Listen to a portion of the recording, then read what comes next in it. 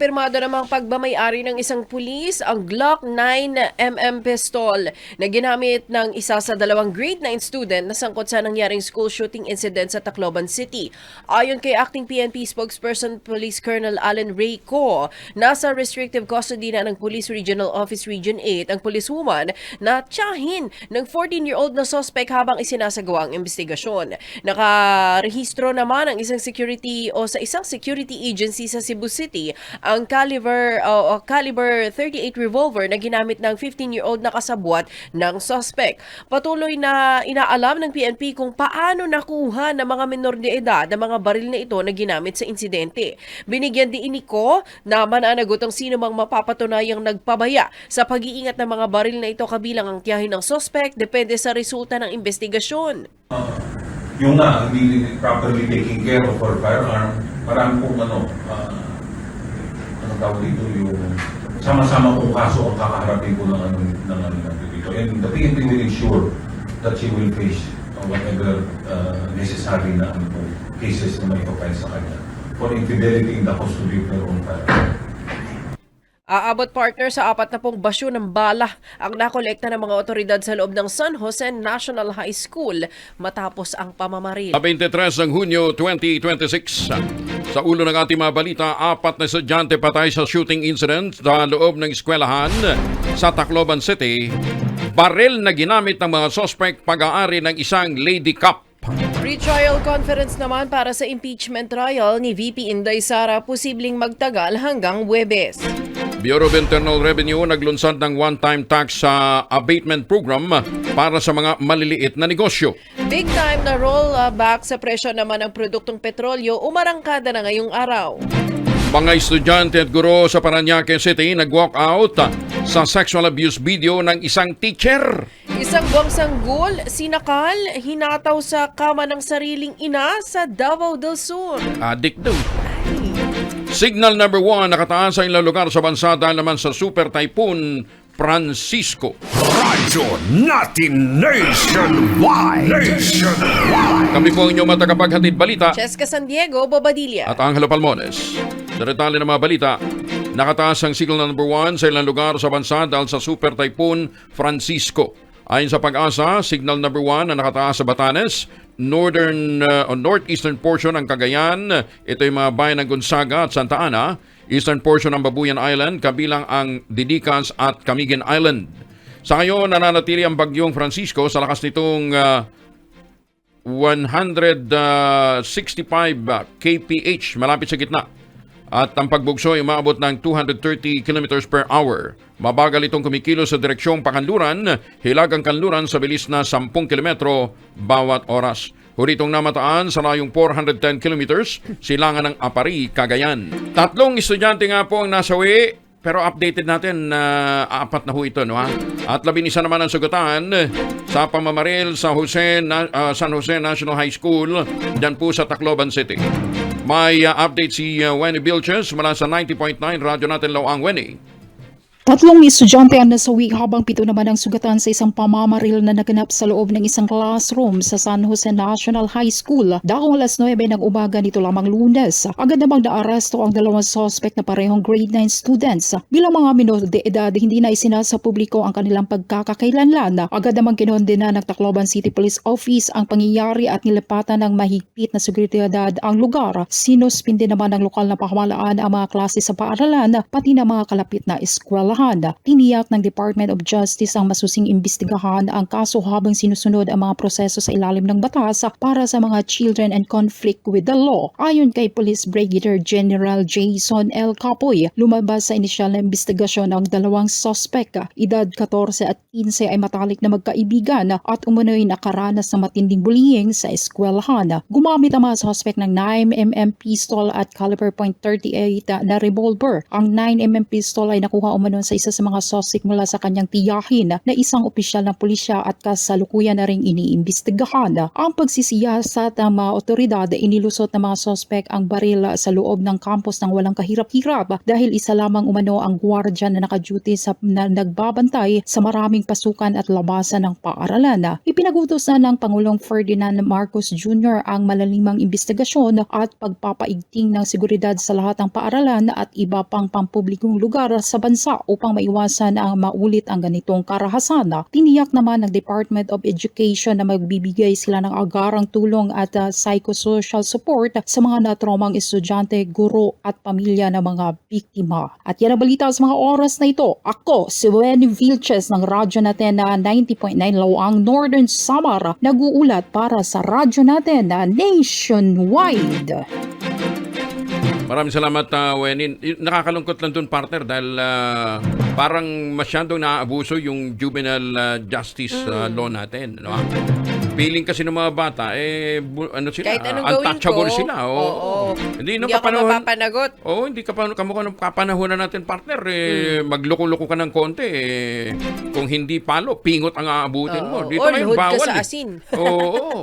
Tsaka kung ano-ano napapanood ng mga bata kinikwento niya kadote, dati pinanonood niya lang Chinese garter. Akala ko, ano. akala ko sabi ni Ka Jerry, ikaw daw ang nang mapagpanood nun. Hindi siya. Natuto ka lang pala kay Kadote, partner. Oo, diba? At saka nilalaro dati, siyatong lang, partner. Shato, oo nga. Oo, makataguan, Oo. partner, no? Ngayon, kung ano-ano nang natututunan ng mga bata. 40 basyo nga po ng bala na recover ng mga pulis sa San Jose National High School sa Tacloban matapos ang shooting incident. Ayon kay PNP spokesperson Colonel Alan Reyco, ang naturang mga basyo ay bala ng 9mm pistol at caliber 38 revolver.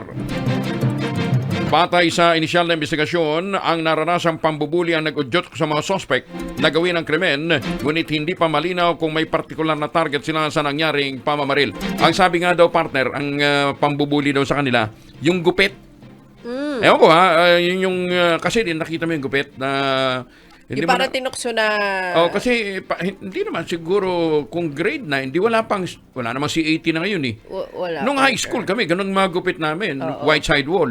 Malinis talaga. Walang tutukso sa'yo nun kasi lahat kayo ganun, pare-parehong partner. gupit namin. Yung parang meron ka lang putong sa sa ulo, di ba?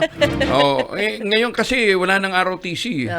Saka nun, pagka nga hindi ganun ang gupit mo, medyo mahaba ka, lalagyan ka ng tawag dito. Kakat-katang ka, Oo, partner. kakat-katang ka. Tawag namin yung pahak. Pahak. Oo, may pahak ka, di ba? Kaya ang pangit naman, para ka may mga island sa buhok. Yun yung marka kasi ng gunting partner, Oo, di ba? pagka hindi ka sumunod doon sa sa regulasyon. Kaya dapat talaga balik natin yung C80 at saka ROTC. Para may disiplina yung mga bata. Hindi ganun mukha niya na.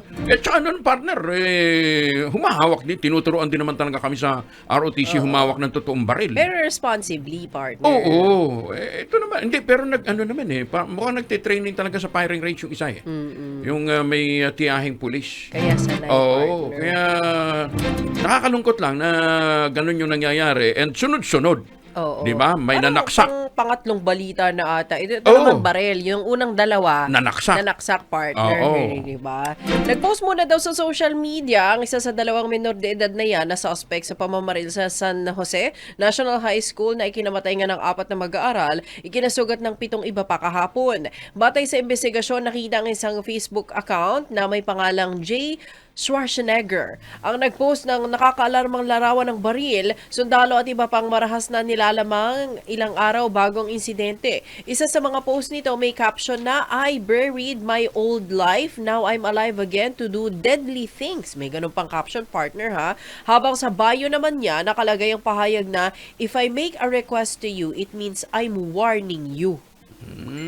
May mga ganon. Kita mo, matatas na mag-English ng mga batang ito, ha? Oo. Ayan. ChatGPT yan. Na-recover na ng mga pulis sa mga larawan sa social media kung saan makikitang magkasamang dalawang suspect na may bitbit na baril na siyang ginamit din sa pag-atake. Kaya duda ko, hindi yung first time na nakuha nila yung baril Oo, hindi first time na may nahawakan, access partner. sila. Oo. May access sila dun sa baril na yun. Hindi, tsaka yung isang 15 years old, sumasama sa firing Yan na range. yun, partner. At saka alam paano mag-reload ng magazine Oo. Diba? alam niya paano. Tsaka karamihan ng ang karamihan ng balang nakuha galing doon sa 9mm. Oo. Oo, Doon sa kanya. Oo, sa Doon sa kanya. marunong. Oo. Hindi doon sa sa 38.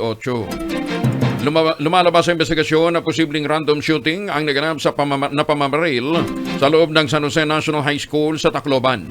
Ayon kay Police Lieutenant Analisa Armesa, iba-ibang grade level ang mga nasawi at nasugatan kaya walang malinaw na palatandaan na may tiyak na target ang mga suspect, talagang random. Sinabi pa ni Armesa, hindi dumaan sa main entrance gate ang paaralan ng isa sa mga suspect bago isagawa ang pamamaril. According sir sa investigation, meron namang security guard and yung isang si ACL, pumasok siya sa school through the gate sa entrance and nakita nga ng security guard na may dala siyang sling bag. Isa kasi hindi nila na-monitor na dumaan sa gate. Sa hiwalay na panayamlaman kay Dr. Salustiano Jimenez, Regional Director ng DepEd sa Region 8, nagsimula ang pamamaril sa labas ng silid-aralan. Nag-ikot-ikot pa yung dalawang suspect habang nagpapaulan ng bala sa mga bintana. Ayon kay Jimenez, inaalam pa ang posibleng motibo dahil wala namang nakitang senyales na may pinagdaraanan ng dalawang minor de edad na suspect. Last week naman daw, sabi ng principal, nung ang mga bata nandyan, wala naman daw manifestation na mayroong problema. Kasi bagong ano lang bagong pagsimula lang ng klase. Inano pa namin kung ano talaga yung katotohanan nung binubuli talaga kasi kakapasok lang ng mga bata sa school ngayon. I-drug test din ba yung mga batang yan? Wala, partner eh. Hindi adult- protocol sa ganun. Hindi eh. Hindi. Dapat ngayon, isang ilalim sila. Oo. Oo. Pero baka sabihin na minor. Hindi. Pwede, kailangan pa rin. Kasi involved sa krimen eh. Kaya nga, Oo. pinaimbestigahan na rin ni Pangulong Bongbong Marcos Jr. ang nangyaring shooting incident sa San Jose National High School sa Tacloban City. Ay kay Palace Press Officer Claire Castro, labis na ikinalungkot ng Pangulo ang naturang insidente at pinag-utos na nito ang malalimang investigasyon. Pinatitiyak din anya ni Pangulong BBM ang proteksyon at kaligtasan ng publiko sa lahat ng lugar, sa lahat ng tanggapan, establishmento, lalong-lalo na sa mga eskwelahan. Batay sa ulat, 4 na estudyante ang nasawi sa walang habas na pamamaril ng mga suspect edad 14 and 15 years old. Hindi dapat palayain ang mga suspect sa school shooting incident sa Tacloban kahit sila'y minor de edad. Iginiit yan ni Senator Kiko Pangilinan, pangunahing may akda nito pong Juvenile Justice Law. Kaya nga ang tawag dyan ay Pangilinan Law. Kasunod na ng nangyaring trahedya dyan po sa San Jose National High School na ikinasawi ng 4 na estudyante. Ayon kay Pangilinan, hindi maaaring basta na lamang i-release ang mga suspect. Kailangan silang sumailalim sa proseso sa ilalim ng Juvenile Justice Law. Hihintayin maging age of majority bago ipataw sa 18? kanila yung mabigat na kaparusahan. 18? 18. So ano yun, kukulong ba sila hanggang mag-18 sila? Ayun, partner? nasa sila parang bahay kanlungan ba kung ano? Parang nasa custody pa rin sila. Custody sila ng partner. DSWD. Sa ilalim na niya ng batas, maaari ring papanagutin ang mga magulang ng mga suspect. Okay. Sakaling mapatunayang meron silang naging kapabayaan. Tsaka yung tiyahin nga, partner. Yung pala yung may-ari ng baril, siya di may ba? baril. Nananawagan naman si Senator Kiko, may akda ng Pangilinan Law, agaran at maayos sa ipatupad ang Juvenile Justice Law, lalo't walaan yang lugar ang anumang karahasan sa lipunan, lalong-lalo na sa mga lugar na dapat ay ligtas para sa mga mag-aaral. Samantala, partner, kinundina ng Juvenile Justice and Welfare Council ang nangyaring pamamaril ng 2 minor de edad sa loob ng San Jose National High School sa Tacloban City. Sa panayam ng DZRH na napapakinggan din sa radyo natin, sinabi ni Attorney Tricia Oco na may pananagutan ng mga minor de edad sa mga seryosong krimen tulad ng pagpatay. Bagamat ibang pamamaraan ang pagtugon sa ilalim ng batas dahil nga sa kanilang mga edad. Dagdag pa ni Oco, isinailalim ang 14 years old at 15-year-old na intensive o na suspect sa intensive intervention program ng pamahalaan ang mga suspect para hindi na daw ito umulit. Pero halimbawa lang, nakapatay, tulad nito, tapos below 15 siya. Actually, dahil napakaseryoso ng crime, maaari siyang kunin ng gobyerno, kukunin siya sa pamilya niya, tatanggalin yung kalayaan niya, at ipapa-undergo siya ng tinatawag nating intensive intervention program para hindi na maulit. Nanawagan din siya sa mga magulang at sa mga guro na maging mapagbatyag sa mga senyales ng pag-uugali ng mga bata kabilang na ang mga napapanood ng mga ito sa social media. Dapat din mayroon tayong mga training sa mga nating guro sa paaralan. Alam natin na sobrang hirap talaga ng trabaho nila.